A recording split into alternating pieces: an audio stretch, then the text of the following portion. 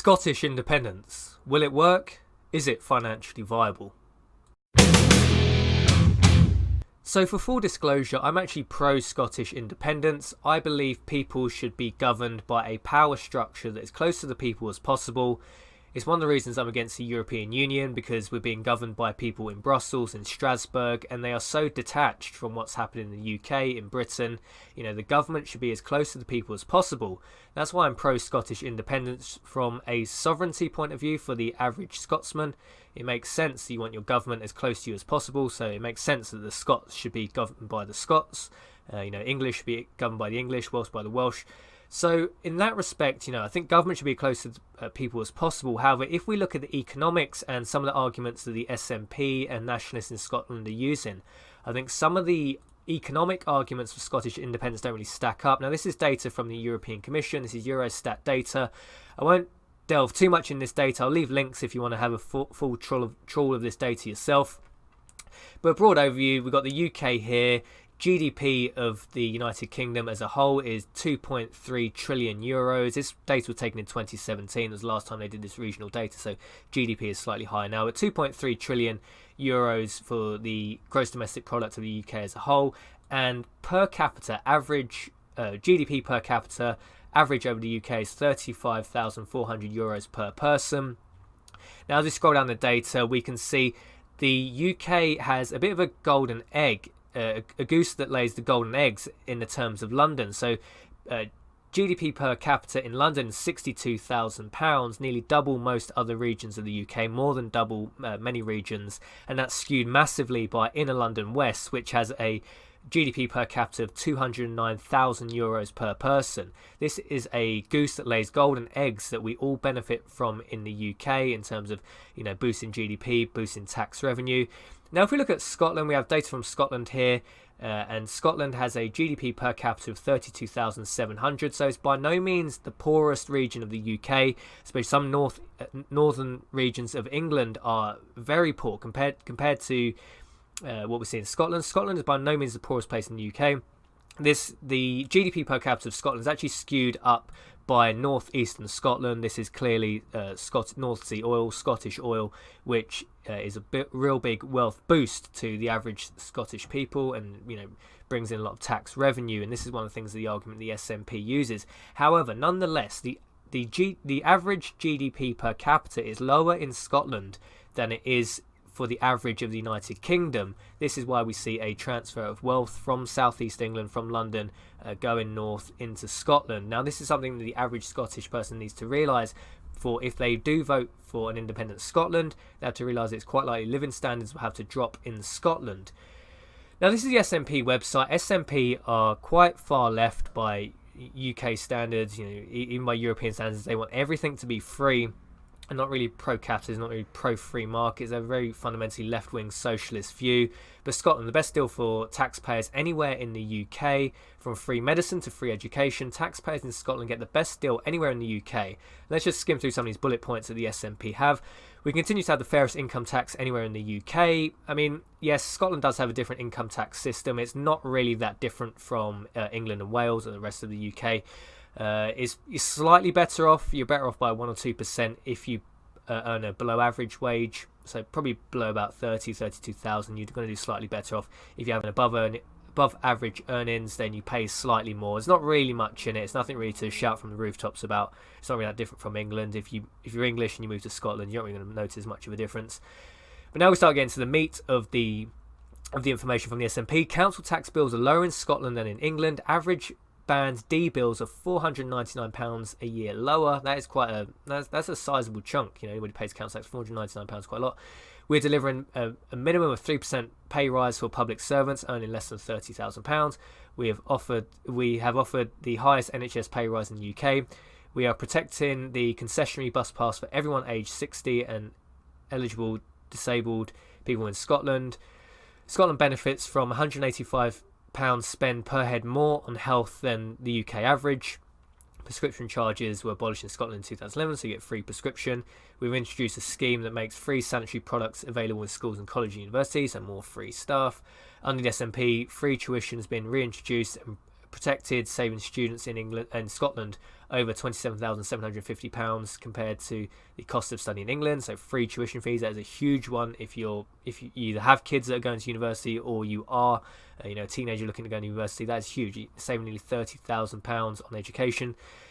We provide healthy school meals for all children in primaries 1 to 3. All families with newborn babies entitled to free baby box, free high quality childcare. So free, it goes on, free. There's no bedroom tax. It's not a bedroom tax, but we'll go along with it. They have no Tory bedroom tax in Scotland, protecting the most vulnerable from Tory welfare cuts. By keeping Scottish water in public hands, customers are paying less for a better service. That's actually quite interesting. Scotland has one of the highest leakage rates in the United Kingdom. I think their leakage rate is something like 38%. It's much higher than it is in England. Free personal care has been extended to people of all ages. Scotland, bridge tolls are a thing of the past. So see, SNP, quite left-wing. They want everything to be free. Now, I think the real problem going forward is as people in England are becoming agitated, not only over the Brexit situation, see the SNP trying to, block the UK leaving the European Union, or Scottish people voted for Remain, England voted to leave. So we're seeing this agitation in England now. We're getting to the point that the average person in the UK, my sentiment of Scottish independence is different to most. I think, I believe in minimal government. That's why I support Scottish independence. I don't think it's a good idea economically for the Scots. But now we get to the point in England, people being so frustrated by the disruptions from the SNP in blocking Brexit, the average person in England is, prepared to see Scotland leave the Union or break up of the Union if it delivers Brexit. So we're starting to get into very interesting, polarised times. Politics have become very polarised. For the longest time, the average person in the street definitely supported the Union. I think that is quite questionable now. When you look at data like this from, UK Parliament, this is public spending by country and region. In 2017-18, public spending per person in the UK as a whole was £9,350. So, per person in the UK, the government spends £9,350. In England, it was £9,080, 3% below the UK average. So in England, the government is spending 3% below average elsewhere. In Scotland, it was £10,881, 16% above the UK average. Wales, 11% above the UK average. Northern Ireland, 20% above the UK average. So as we can see, the regional data shows that we have this huge income generator, huge tax generator that is Southeast England, mostly London, but wider Southeast England as well. This produces a huge amount of tax revenue, really boosts GDP, but we can see taxes aren't really spent as equally in England as they are elsewhere in the United Kingdom. So I wouldn't be surprised going forward over the next few years, we start seeing the resentment from English people over various parts elsewhere in the UK, where we see more tax money being spent elsewhere, yet the real income generation is happening in Southeast England.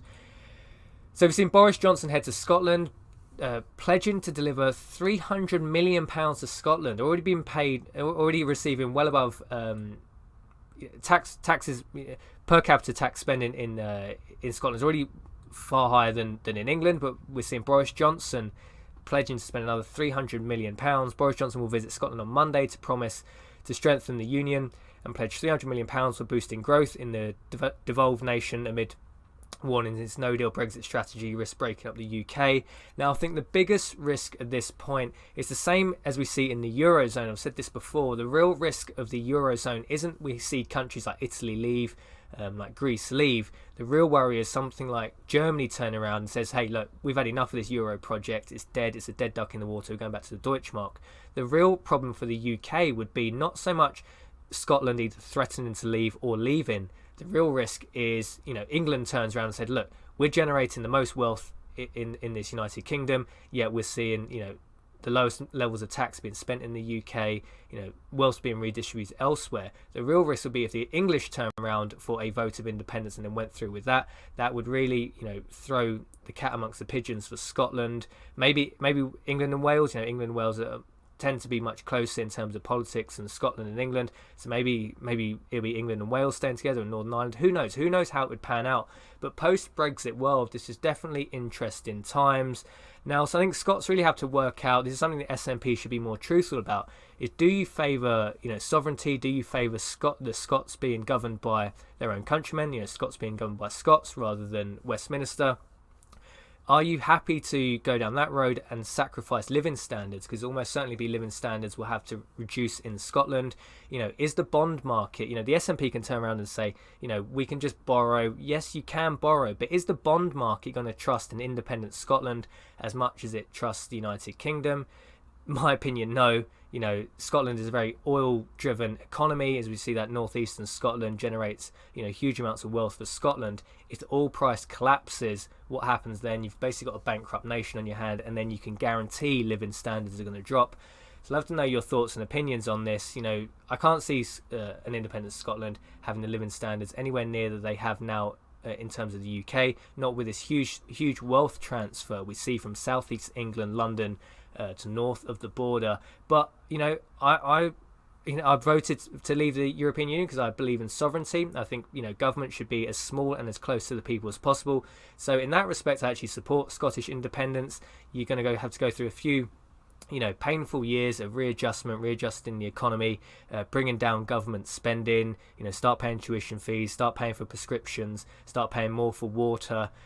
All these things are going to have to happen, in my opinion, from an independent Scotland. Maybe I'm right, maybe I'm wrong. The world is certainly in topsy-turvy place at the moment. We're seeing, big global recessions come in, bond crises come in. Is this really the time for an independent Scotland? That's something the Scottish need to work out for themselves. Love to know your thoughts and opinions on this. Will there be a second referendum? Will Scotland leave? How will that affect living standards? Love to know your thoughts and opinions on this one. Jason from Liberty Bunkers signing off. A quick one. This is actually an interim studio we're filming from at the moment. Moved everything out of my old room and trying to go for like a dedicated studio. However, you see, flags are a bit skew-iff at the moment. We're getting on top of that. So Jason from Liberty Bunkers signing off, and I'll see you in the next video.